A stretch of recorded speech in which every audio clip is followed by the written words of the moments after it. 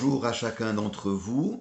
Nous allons partager ce matin encore quelques réflexions sur un sujet de la parole de Dieu. Nous sommes dans une période de vacances. Peut-être avez-vous déjà épuisé vos congés. Peut-être êtes-vous vous-même en vacances et je vous souhaite les meilleures vacances qui soient. Cependant, on observe régulièrement que bon nombre de personnes, en s'approchant de la période de la rentrée, ont justement une sensation de fatigue. Euh, Visiblement, les 2 ou 3 semaines de congé ne leur ont pas apporté le ressourcement nécessaire. Et il y a donc cette observation qui nous interpelle. Je voudrais placer cette réflexion sous l'éclairage d'une parole que le psalmiste va prononcer dans le psaume 118 et le verset 14. L'Éternel est ma force. Il y a de nombreux textes dans la Bible qui abordent ce sujet de notre état de vigueur, non seulement physique, mais moral et même encore plus spirituel. Dieu est en souci de notre état de force. Et il veut nous apporter chaque jour son assistance pour renouveler notre être dans tous les aspects qui le concernent, nos forces physiques, nos forces mentales, nos forces affectives et aussi nos forces spirituelles. L'Éternel ordonne que tu sois puissant. Vous connaissez ce texte de la Bible. Parler de force, c'est mentionner tout un ensemble de vertus. La force, c'est un terme générique qui englobe la notion de courage, d'efficacité, de persévérance, de fermeté, d'assurance, d'autorité, que sais-je encore, de motivation, de zèle, d'enthousiasme. C'est tout ça, la force. Et le psalmiste, je le répète, nous donne une clé et puis un témoignage personnel. L'Éternel est ma force. J'observe sur les réseaux sociaux le courant que l'on appelle le développement personnel et qui peut se résumer en cette formule libère la force qui est en toi. Et je trouve qu'il y a là quelque chose d'illusoire. Je partage ici mon analyse très méfiante sur ce courant, le développement personnel. En réalité, l'Éternel est ma force. La source authentique et avérée de force et de courage se trouve en la personne même de notre Dieu. Nous ne possédons pas naturellement les capacités qui vont nous permettre d'aller de l'avant, mais l'Éternel est notre force. Il y a des textes remarquables où des croyants expriment leur défaillance.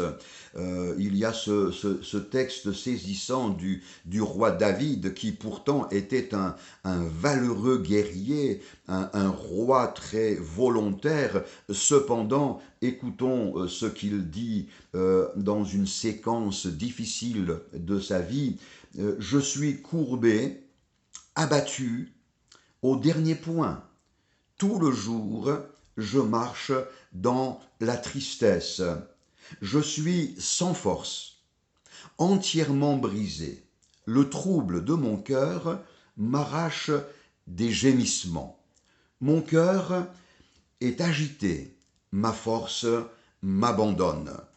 C'est très souvent l'observation que l'on fait. Euh, il se pourrait, cher ami qui m'écoute, que tu te retrouves dans cette situation où tu as l'impression que ta force t'abandonne et tu as l'impression que la rentrée qui approche est un défi qui dépasse tes capacités. Eh bien, que cette parole puisse t'encourager. L'Éternel est ma force. Ton Dieu est pour toi la garantie que tous les jours, une mesure de force nouvelle va t'être accordée. C'est ainsi qu'il faut aborder cette nouvelle saison qui approche. L'Éternel est ma force face au pouvoir du péché. Peut-être y a-t-il dans ta vie un péché bien particulier qui est comme une épine dans ton pied et qui rend ta marche boiteuse. Eh bien, n'essaye pas par tes propres énergies à régler ce problème, mais laisse le Seigneur te secourir et te libérer de ce péché. L'Éternel est ma force face à ce phénomène d'usure que les années, les problèmes de l'existence voudraient provoquer en nous. Mais Dieu est la solution face à l'usure. L'Éternel est ma force face à mon adversaire qui, tel un accusateur, va essayer de m'accabler de culpabilité. L'Éternel est ma force face aux épreuves qui pourraient se dresser sur mon chemin. Il est ma force face aux défis de la foi. Il est aussi ma force face aux responsabilités qui m'incombent et devant lesquelles je me sens moi-même si limité. C'est Dieu qui est notre force. Permettez que je conclue ce partage par deux textes qui nous révèlent un secret merveilleux. Dans le livre des psaumes, au psaume 92, le verset 11, le psalmiste adresse cette parole à Dieu. Tu me donnes la force du buffle, je suis arrosé avec une huile fraîche. Et puis cet autre verset du psaume 110 au verset 7, il boit au torrent pendant la marche.